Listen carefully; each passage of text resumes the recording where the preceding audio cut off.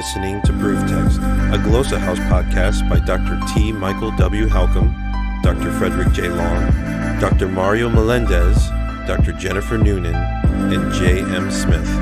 Welcome and enjoy. We use Koine era pronunciation. So the textbook that we use here at Asbury is my Koine Greek grammar. But so you might hear us pronouncing it not Erasmian. It's if you go to scholarly presentations, SBLs, you'll hear more and more all the presenters in a session using this kind of pronunciation system. So Michael Halcomb teaches conversational Koine. Randall Booth has courses immersive. Steve Runge, others. Christopher Fresh. So they'll use this pronunciation system. Michael calls it Koine era pronunciation, KEP, and I think that's a good understanding of it. But there's actual text critical evidence for it. I found a wax tablet where a teacher was dated to around 120, where a teacher was writing out a piece of Menander, and then the student was copying it, and it actually had a mistake that they both made with the verb pistevo or pistuo, actually the verb that we know really well, right, I believe. And they spelled it pistevete, but in the original it was pistevete. Well, it sounds the same. They wrote out, ungrammatically, they wrote out the last as an alpha iota, making the ending etai, which would be third middle passive, third singular, etai, Erasmian pronunciation. Kep is ete, which is the same as second person plural, ete. So the teacher got it wrong, the student got it wrong, it was ungrammatical Menander. So here's an example, and I was just simply trying to fill the space of my textbook. I had a half a page empty, and I'm like, I want to find an artifact. And I found this wax tablet, and I started researching. I'm like, holy cow, this supports KEP, the KEP pronunciation. So yeah, really interesting. So anyway, you'll hear us kind of read in a way that might sound a little different. I'm not sure what you're familiar with, Rachel. But so we're going to pick up at 721. So evrisko ara ton nomon to thelonti imi piin to kalon oti imi to kakon parakita. So ara is a conjunction, post positive. It's in linguistic studies now. We're Stephen Runge, and Steve Levinson, and others are helping us recognize that these conjunctions don't mean about 10 different things or 8 or whatever, but they have a basic processing constraint. And ara is one that is marking a consequence, and it does not mark new development. Un would mark new development. The conjunction un is kind of like advancing, taking a next step. Ara isn't doing it, but it's drawing some kind of consequence. So it's interesting to study this. Stephen Levinson, he's the Summer Institute of Linguistics international consultant, language translation consultant. So he's got a article, what's an essay in a collection of essays, where he looks at inferential conjunctions in Paul, and he tries to figure this all out, and does. And I have that chart and that research summarized in my my exegetical manual, In Step with God's Word, and I think I can pretty quickly show you where that is at. But it's really fascinating research to do. More work needs to be done. It's like on page 132, I think. No, just a little bit earlier, where a new way of looking at these connectors, these conjunctions, is as connectors with a limited processing constraint. So here's my discussion of that. So instead of a semantic approach where, like if you look up un, oftentimes it's like 8 or 10 different meanings, like and they're like alternative meanings in English. It's like contrast, sometimes additive, sometimes causation. It's just really confusing. And then that's not actually how languages work. So languages have these particles called connectors that have a more limited set of constraint that it puts on the meaning of the discourse. And so here I have a chart where I summarize the work of Levinson and Runge and Fresh.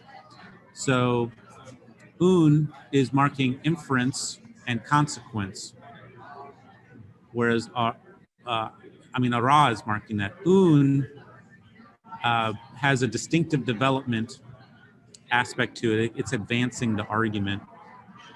And then I have a little discussion here. This is from Levinson, that essay. He says, ara constrains what follows to be interpreted as a consequence of what has already been stated in the context. It typically introduces a direct logical consequence of usually a single proposition. So as we look at ara, it's drawing a consequence. And if we were to go back and look at these earlier verses, this is what he's been talking about, is the struggle that I have, the good I want to do, I can't do. And this is the consequence that he's drawing. He says, evrisko, I find that then the law. So how would you differentiate in translation between like un and ara, or are they translated the same, but there's just a deeper understanding in exegetical work? They're often translated overlappingly, but un is somehow marking a next step. There's some new information being added as a consequence. Okay. And then ara is sort of Ara is not. This is just a consequence. It's just a consequence. Okay. Yeah. Interesting. Yeah. So teasing that out exegetically is what needs to be done next. Is like, so I'd recommend reading Levinson's article and really trying to get your mind around what he's doing. But it's a new way of thinking about these connectors. Wherefore, and therefore. Very catchy. Yeah, very catchy. Let me see. It's called Therefore, Wherefore. What's the difference? And if you email me, I'll send you it. I actually have it. It's kind of, it's like in an essay. It's hard to get a hold of, so I can send it to you. Okay, I'll do that. I have it right here.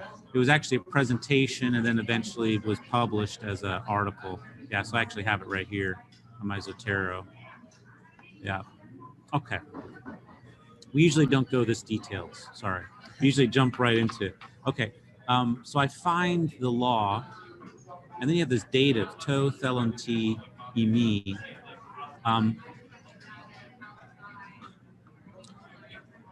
I think this is a dative of respect. It's kind of like a suspended dative clause, but it's a nominal clause in that it's referring to me wanting to do the good. Literally, to me wanting to do the good. That is, with reference to me wanting to do the good. So I think this is would be called a dative of reference or respect. And this is kind of odd as well. So evrisko ton nomon, I find the law. Now that may be an accusative of respect. I find with respect to the law, with respect to me wanting to do the good. So there's almost like two layers of qualification, because this is what I'm finding. I think that's the best way to take it. And then you have the OT. See that OT? That's the content of what he's found about the law. I find that. This is what I'm finding. So this again is a consequence of his previous argument, where he's been just like going back and forth. I'm having this struggle in my flesh, and it sucks, and I want to do good, but I do bad. And so here he's kind of like, this is what I conclude. This is what I find. I'm finding this. That to me, in me, the evil lies at hand. Is it Connor? Trenton. So Trenton's here as well. He's joining us. So Rachel is joining us from Oregon. If she's still there. Are you still there, Rachel? I'm here. Okay, good. I can't see you because I'm screen sharing. Okay. And maybe I'll turn the video off just in case that will help with the reception of things. All right. So this verse then is about Paul drawing a consequence. I'm finding that with regard to me, that the good lies right at hand. And this verb para kime is it the key part of it means to be near, and then the para is like beside, or no, the key part is like to lie or lay, and then the para is the preposition added to it, and profiles nearness. So it's a little bit of an unusual verb, and yeah, it's interesting. So he's saying that even though I want to do the good, with respect to me, evil is right there. It's right there. This is lying right beside me, laying right beside me. It's at hand. It's ready. These are some different definitions that it has. Parakime. A lot of times I like to look at classical uses. I think there can be a sense that this is it could be like a military word. And the reason I would even begin to consider that is because the next verse, he deploys military imagery. He's talking about warring against the law, and he's talking about taking me captive. So, so it's almost like laying at hand, ready to ambush. That might be the sense of it. So not just near, but like in an ambush kind of way. It's like right there. Like crouched or something. Yeah, crouched and ready. And yeah, so this is this has to do with just kind of being aware that as we communicate, we're often working with metaphors, and that once we're kind of in a way of thinking, we attract and recruit other words into that frame of reference. And so we'll see in the next verse, it's like military, like this is a battle. This is a very bad battle. And here is the evil right there. How would you describe that as like a semantic domain in which a passage is working? Or I'm not sure what language would describe that best. Yeah. Semantic field or something? Yeah, I think the best way to do it is it's like a metaphor field, like it's a discourse field of some type. I don't know the right language to use. I just know that language works this way, that it attracts. I mean, this is why we know what words mean in context, because we understand the domain that it's in.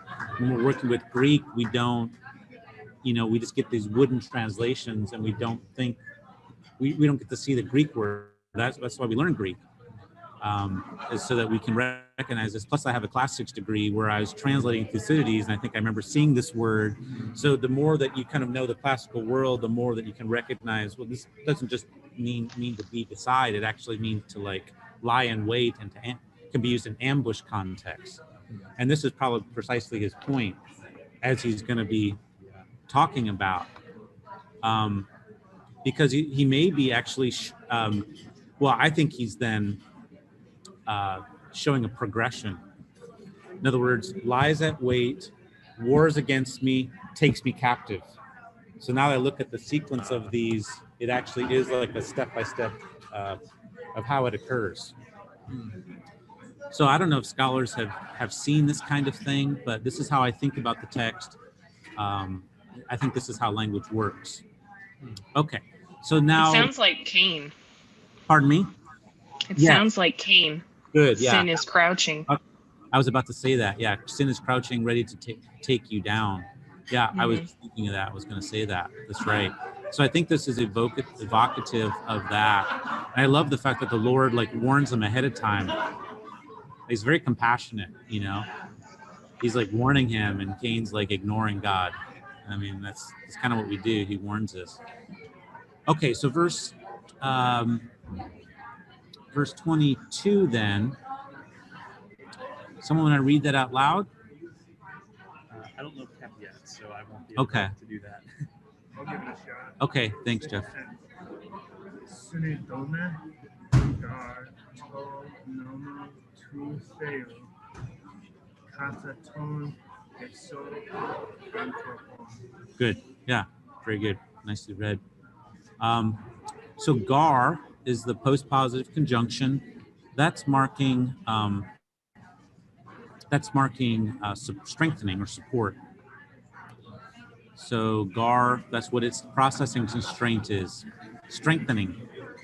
And you can strengthen in different ways. You can strengthen by logical support. You can strengthen by elaboration or explanation. But basically, gar strengthens the previous statement. And so how is it strengthening it? He's going to say this, I delight, sun edome, I delight in, and I think this verb takes the dative as its direct object. Yeah, I'm guessing. Well, soon is going to take the dative. Yeah, when soon is a prepositional affix to a verb, it takes direct objects in the dative. Yeah. So I delight in the law of God. Kata ton eso anthropon, according to the inner person, the inner self. And kata is kind of a weird preposition to use here. It's like a standard, indicating some kind of standard. So I don't know if it's almost like in principle in the inner, if it's stating some kind of principle, which kind of makes sense. Like, I delight in the law of the Lord in my inner person.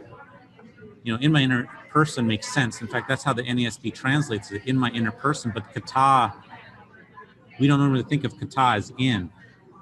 So kata is profiling a different kind of meaning and like a place of reference according to. I'd like to study that a little bit more. It's not simply just in as a spatial sense. It's something else, as like a standard, or something. When I think of kata, I think of it as a standard, mainly. But I see, so here Paul is in an observational mode. I see another law. So this is verse 23. Now the de is a post-positive marker, and that constrains the discourse as a new or distinctive development. So de marks new development. And now he's starting to advance, making new points. He's not just drawing consequences, he's advancing to a new point. He says, I see another law. I see another law in my members. And this word members, it can refer to body part, as a member of a whole, like Christian community. So this could be used as like a member of a community. Here it seems to be, it's almost like he's recognizing that somehow in his bodily members, fleshly members, he sees another law. And this other law, this etoron nomon, and I think etoron is interesting because he could have used alon, alos. And there used to be a distinction made classically, but now New Testament scholars, they don't tend to see it. Hi, welcome. As legitimate. That alos indicates another of a similar kind, whereas heteros indicates another of a different kind. But some people then thought, well, New Testament authors aren't speaking so precisely. But I don't know. I always, if this is how it's used classically, and this distinction can often be found, I'm thinking, why not allow the New Testament authors that possibility? And here, it may be that Paul is saying that there's a different kind of law going on here. And it makes sense. You're right, you get the law of God, which inside of me, a certain part of me really delights in. I delight in this other law. But I see now another law. And I just want to introduce you. We have another person joining us. Is it Stephanie? So Rachel is visiting. She's a prospective student. She's living in Oregon. She's a prospective doctoral student. Okay. So I'm screen sharing with her, and okay. she was like virtually visiting our campus today, and so I just wanted to introduce Okay. you to her. So Stephanie is a second semester Greek. Yeah, Greek. Yeah. Okay. So this other law of a different kind is in my members. And then we get a further description of that other law.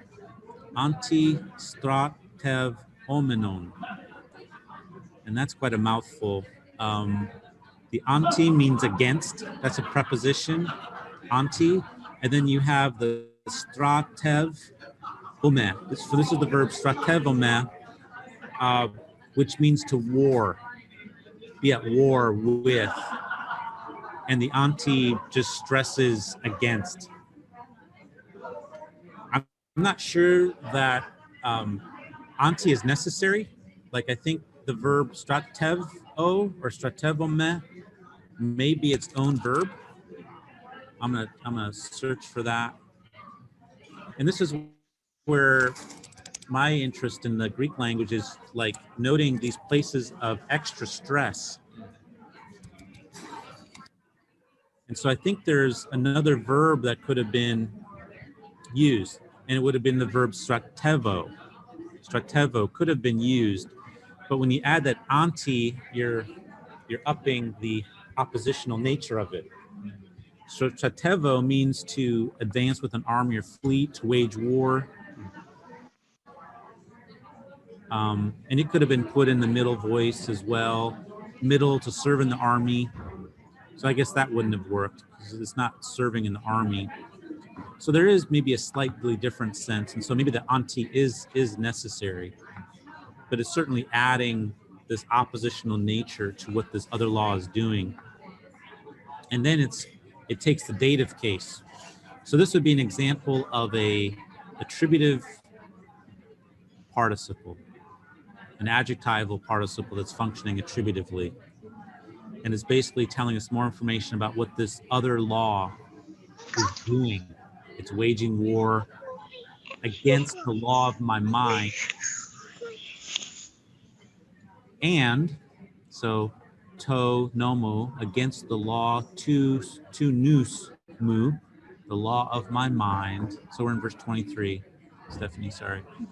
Ke ak malo tids onta me. And then this is also accusative. So the onta is a participle ending that's accusative, masculine, singular. So the omenon is accusative, masculine, singular. Omenon is a middle passive participle ending. Onta is an active participle ending. That's kind of where they look different. But the omenon, the on, should be recognizable as like a masculine accusative singular, that on ending. You've seen that a lot. That's a second declension masculine accusative singular ending. But the middle passive participle, as you'll learn next week, has omen. That's the coupling syllable after the verb stem. You get omen, and then you have first or second declension endings on it. So yeah. What's noos? No, noos, nous is mind. Yeah, and that's a third declension noun that has the os is the third declension ending. Os. Double omicron make a oo sound? Yeah. Well, so what's happening is that the omicron somehow it's I'd have to go back and look at the stem, but the genitive os is winning out so that it's differentiated. I think it's trying to be differentiated from the nominative form. Otherwise, it would look the same. Because nous is omicron upsilon, and then when you add the os ending of the genitive, it should technically look the same, nous again, but then you don't have a differentiation between the nominative and the genitive form.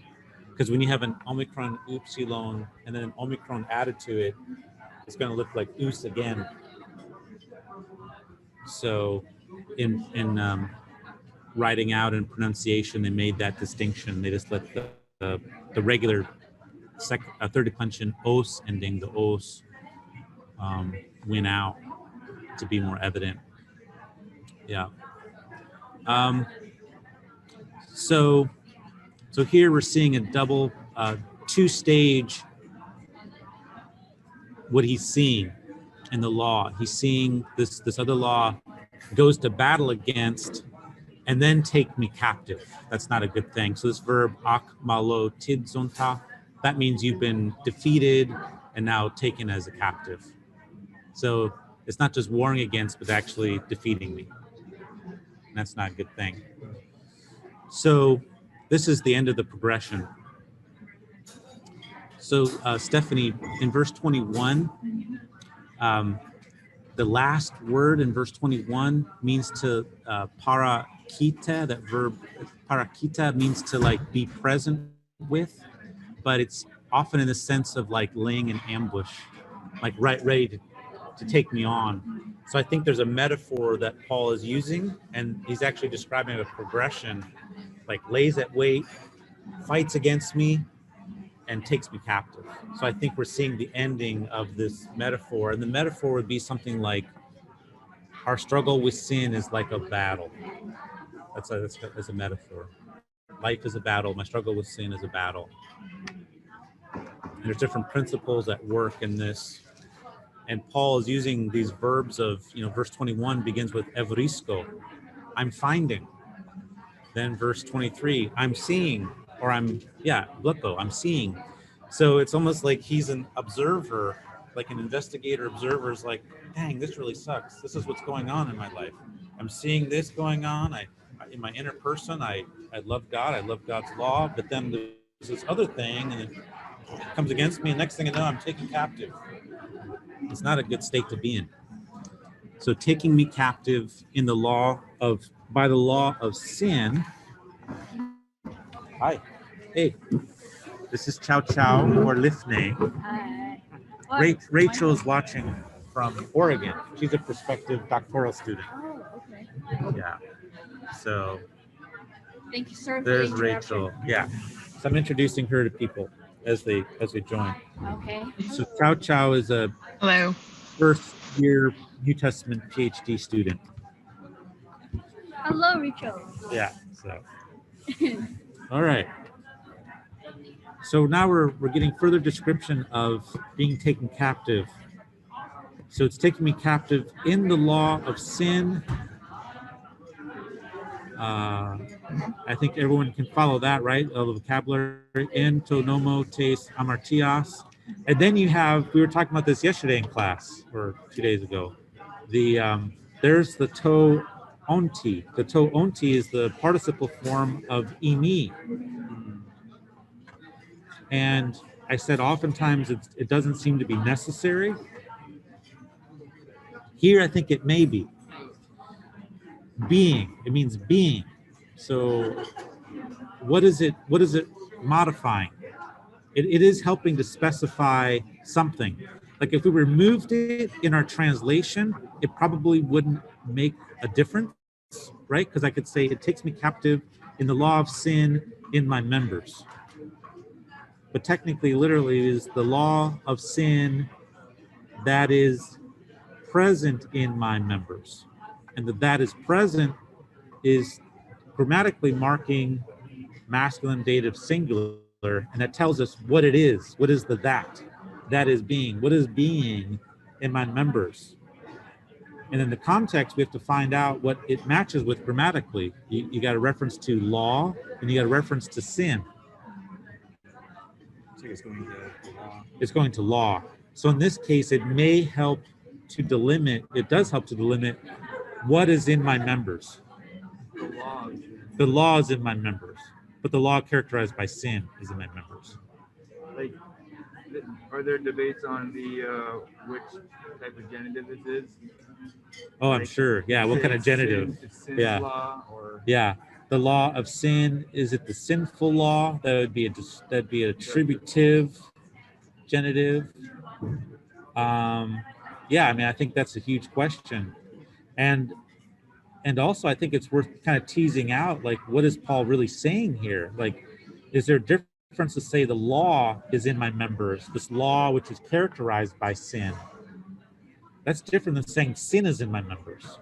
But within the context, because he's talking about a number of different laws. Yeah. Like earlier, it Yeah. seems like he's talking about Mosaic law, other places Yeah. otherwise. Like a principle. So Yeah. perhaps this isn't like a characteristic of law, but a different kind of law. Like, does that make sense? Well, I think it is a different kind of law. Yeah, it's an heteronomon, another kind of law, but almost like a principle.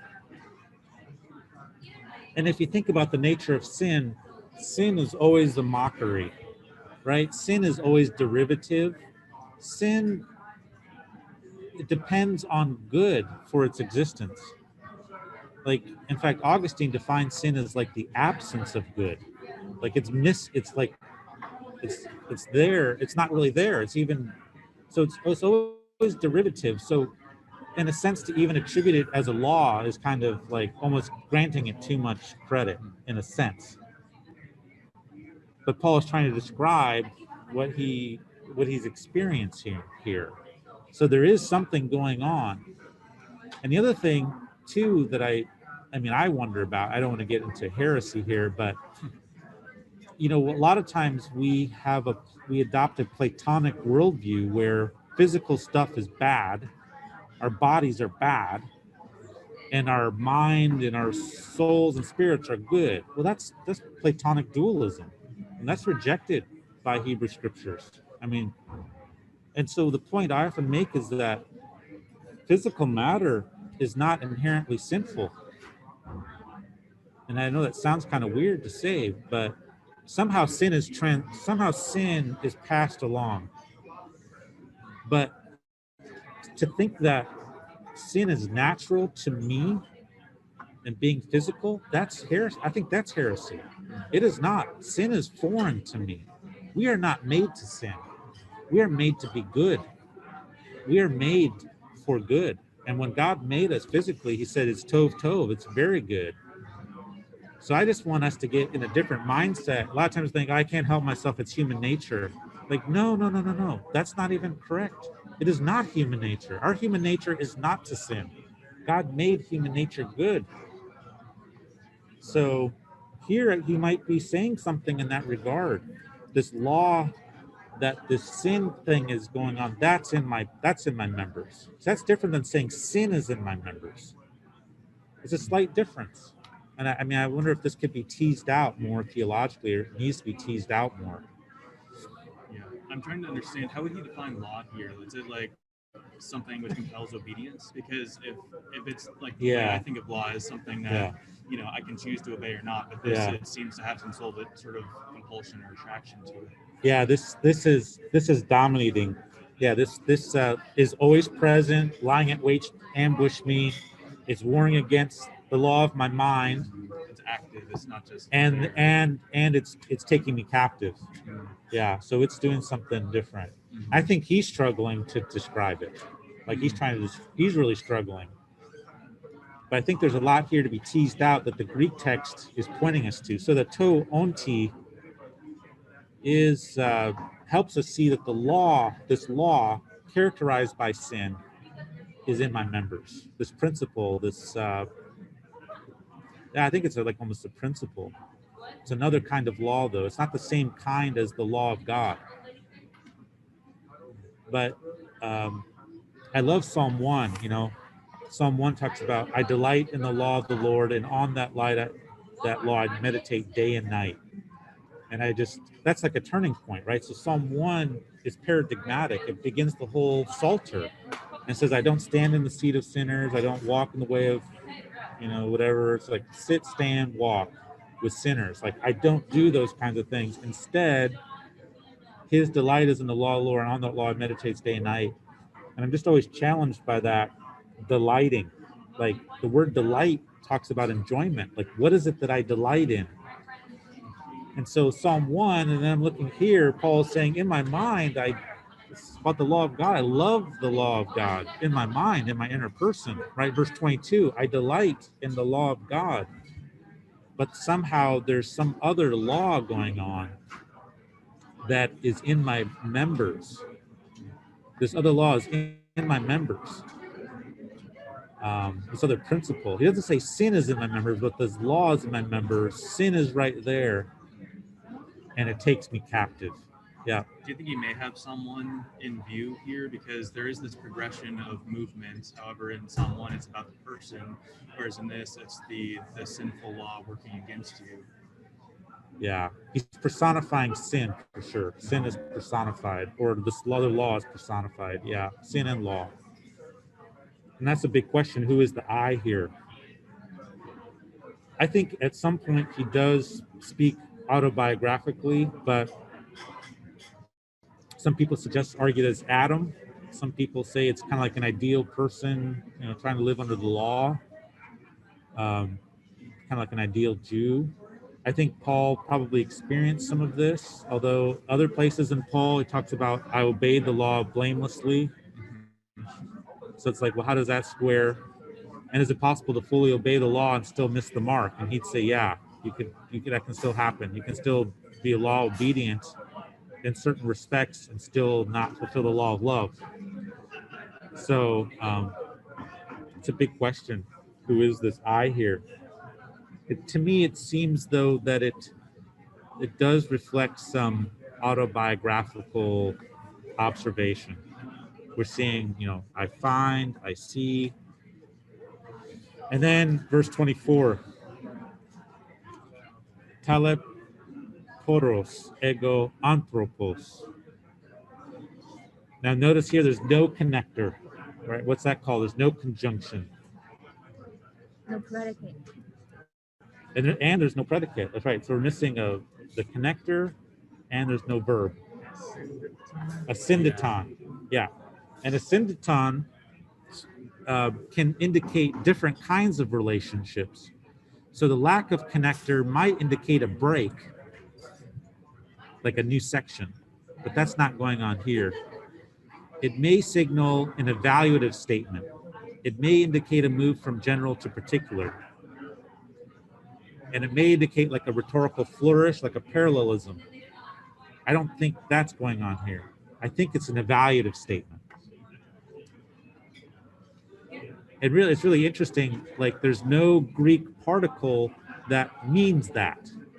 And so then you use a syndeton. So syndeton is used when there's no connector to specify particular to general or general to particular. So there's no connector to signal that, and so that you don't use any connector. And I think this one is an evaluative statement. And it's a bald statement, it's verbless. I myself, miserable person, which is pretty funny. It makes sense today, right? Like we get the impact of that. No connector. It's a simple verbless statement. Miserable person. But in Greek, miserable is in the first position. Is that? Yes. Is that an emphatic? Yes. Yes, it is. So the taleporos is forward, and this is also, I think, like a new idea. So it is prominent because of that. Yeah, that's what the stress is. The stress is on miserableness, I person. Miserable I person, literally.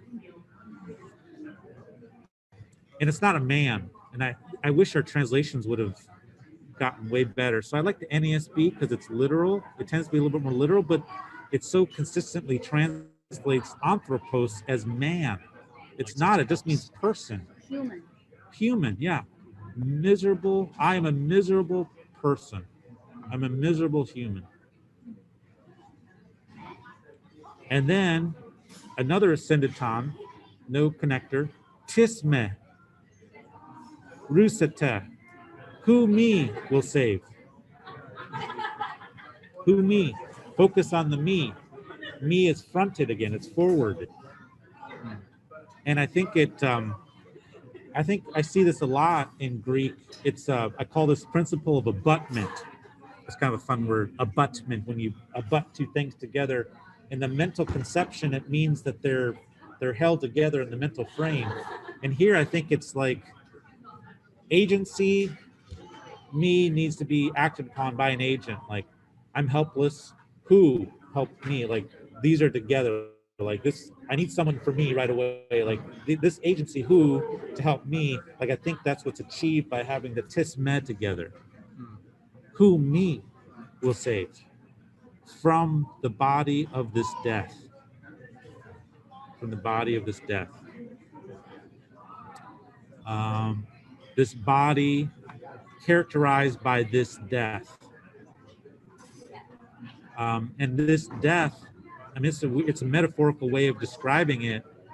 I think this could be the next step of the progression.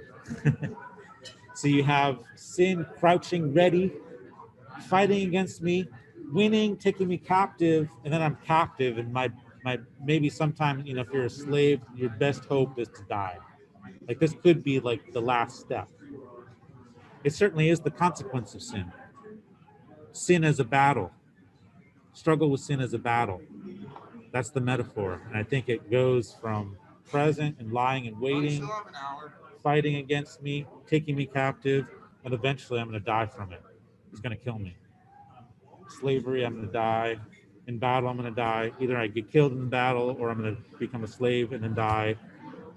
So I think this is the extension of it. That'd be a descriptive term, characterized by death. Yeah, characterized by death. Yeah, deathly body, this body of death. Yeah. Now he doesn't say mortal body. I think that's interesting.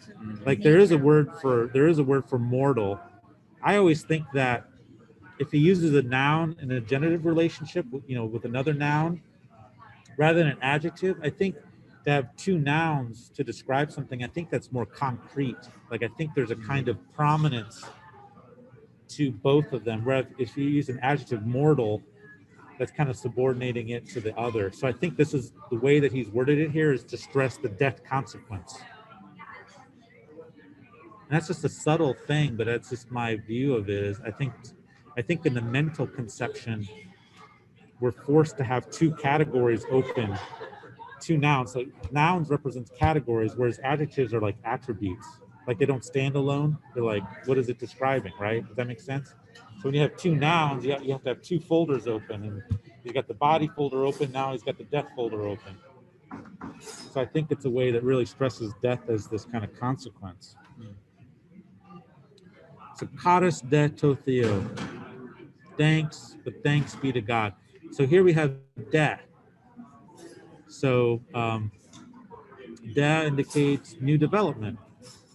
So this is new, and we can see it as new. You know, thanks be to God. Is that a dia in Erasmus? The dia. Yeah. Oh, just de. What are you seeing? Okay, I guess I have dia. Oh. So to dia. Oh, that would be dia. Yeah, that'd be dia. I'm looking at the second word. Do you have the de there?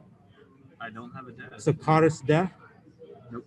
Oh, okay. Are you working with SBL GNT or what is that, Tyndale House? I believe this is SBL. Yeah. Yeah. Okay. Tyndale. Interesting. So the SBL doesn't have a de apparently.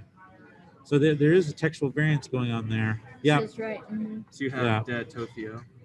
Yeah. Yeah. Charis de theo. This is the NA28 UBS 5 would have a de there. So this is textual variation, and I'm looking at about 5 different readings here. Some have charis to theo, some have a charis to theo, some have a charis kurio, Interesting. and then some have evcharisto to theo, I give thanks to God. So you got 5 different readings here. Yeah. Obviously the scribes are really working this over, like, what does Paul mean here? Let's try to clarify this for Paul. Yeah, this is what scribes did.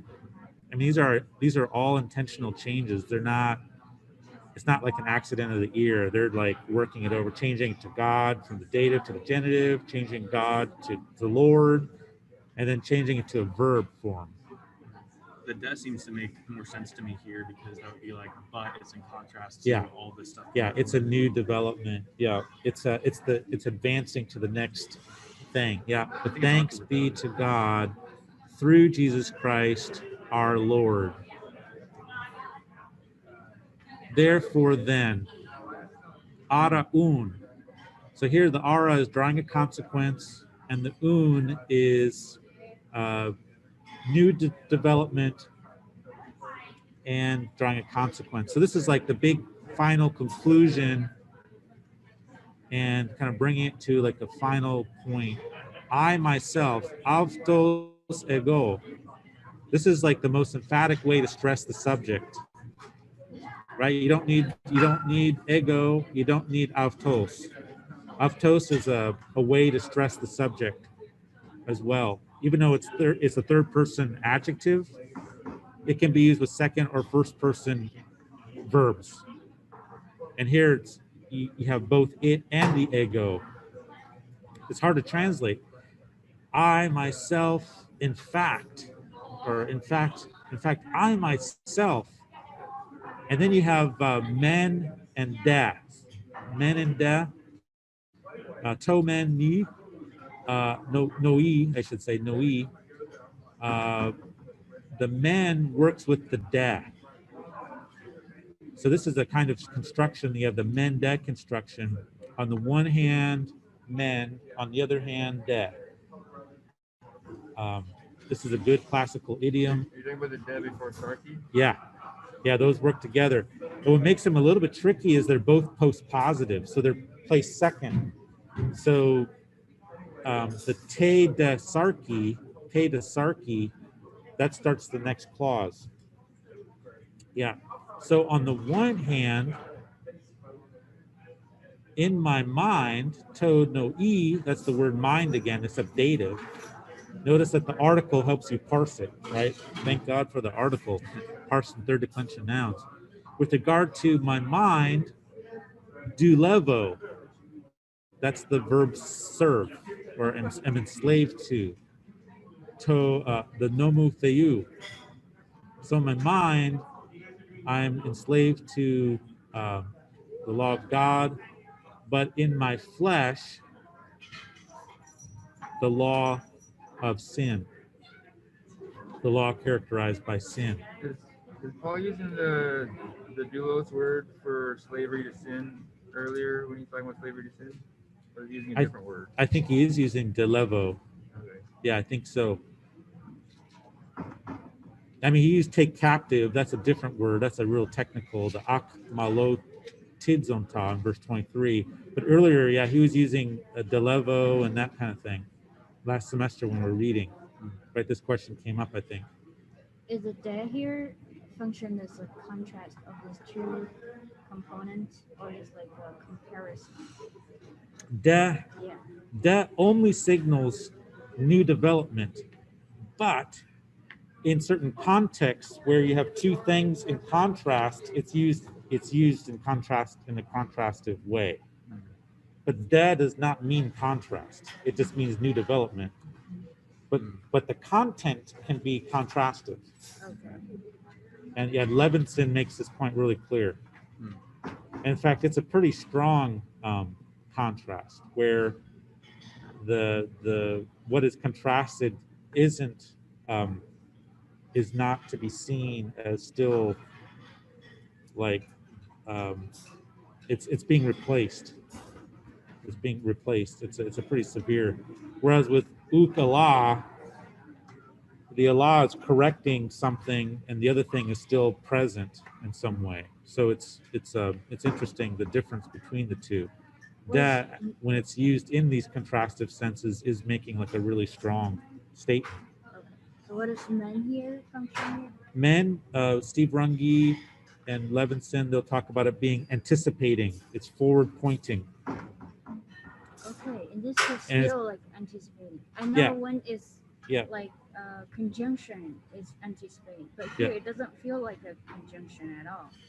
Yeah, well, it's working with the de. The men is working with the de, and this is just a good classical idiom. You see men de a lot. Men death. On the one hand, this, on the other hand. Okay. And here there's a pretty strong contrast because you have different laws. You have mind contrasted with flesh, and you got the law of God versus the law of sin. So you do have a contrasted context.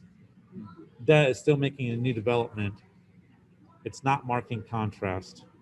In this context, there is contrast, but that's because of the content of the thing, not because of death. Got it. Yeah. I can't remember what's the significance of an article being separated by the noun. Like when we translate Wisdom of Solomon, they have like 6 words in between them. But I can't remember what the significance is. Is it stylistic variation, or is there something? Yeah, else? I mean, I call that a sandwich technique. I think it's a way to kind of package it in the mental conception under the get. So they have the article, then all these modifiers, then the noun. That's called the first attributive position. I think it's just a way to kind of keep that information packaged together. Okay. When you have article, noun, article, adjective, you're adding that extra article and you're putting that modifier in the last position. It's getting the last word. That's the last thing in the mental representation. So you get the noun, and then you add this attribute that has a little bit more staying power. That's when you're stressing that attribute. Interesting. Okay. But when it's all sandwiched together, it's all part of the conception. It seems like when you have the adjective last, you're trying to put a little bit extra stress on that. Okay. Yeah. It's not lost in the big sandwich. Yeah. Are you talking about the adjective in the second attributive position as adding more stress? Is that what you mean? Yeah. Second attributive position is stressed. Yeah. It's stressing that attribute. Even Wallace will say that, and I think Porter as well. Yep. All right. Well, what's the significance of the fact that he used somatos in verse 24, but in 25 he used sarki? That is a great question, and probably someone's written a book on that or a dissertation. Maybe Rachel will do that. We'll see. No, she says no, she's not. So I guess it's open, Jeff. Yeah, what's the difference between somatos and sarki? To me, somati, so this is where cognitive linguistics is really helpful. So somati profiles the body as a functioning whole. Sarki profiles us as creatures who have physical needs in our existence. I think it's that physical needs and that fleshly composition, that's what's stressed with flesh, whereas soma is simply the body as a whole in terms of functioning. Does Paul himself have the trajectory of using this too? Is what? Like does Paul, the author, the Paul author, have the trajectory or the pattern himself to use when to use I think so. Yeah, I think that's just a question. Like, can you tease out why he's using sarks where he does versus soma? I would think so. So in other words, in verse 24, he's looking at the body as a whole and then associating with it death, and that's just kind of tragic. But when he's talking about sarks, he's dealing with our bodies as containing passions and needs, and that goes more naturally with sin. Yeah. Because I think it's, so when he's talking about our bodies and our members, he's going to be using soma, because soma is our bodies as comprised of parts and functioning. But he's talking about, sin, I think he might more likely use sarks. But sometimes sarks is used quite innocently, like it's not inherently bad again. Sarks is not bad. It just is our creaturely fleshliness. It just means that we are subject to passions and desires and needs, but it is a part of our existence. So Paul says in Galatians 2:20, "For in the flesh I live by faith in the Son of God." It's not bad. It's just that's my need. In fact, I think as fleshly creatures, our temptation is to live independent of God, and to try to satisfy ourselves, our own needs, our food needs, this need, and to live independent of God. And that's the nature of sin and idolatry, is when we're just kind of focused there and we're kind of stiff-arming God. So for Paul to say, in my flesh, I'm living by faith, that's a really important statement, because it means that as a fleshly person, like, we can't ever escape our flesh, that we can have a faith stance that is appropriate. So Galatians 2:20 is a really significant verse. So yeah, he uses flesh neutrally at times, positively even, or just neutrally. But here it's really associating it with sin, and body with death, and members of my body. Yeah. Like, I don't think he'll talk about members of my flesh. See what I'm saying? So that begins to start to show the difference, that body is kind of like the functional thing with body parts. But yeah, I think if you were to look through and study these words, you'd start to see these patterns. Yeah. Well, thanks for your time, and I guess we're over time, but fun to get translating together. Interested in growing your ancient language skills but not sure where to start? Glossa House can help. From illustrated readers and short stories to lexicons and grammars, Glossa House offers a variety of resources for beginning, intermediate, and experienced ancient language learners. Head to glossahouse.com today. Glossa House, language resources for the global community.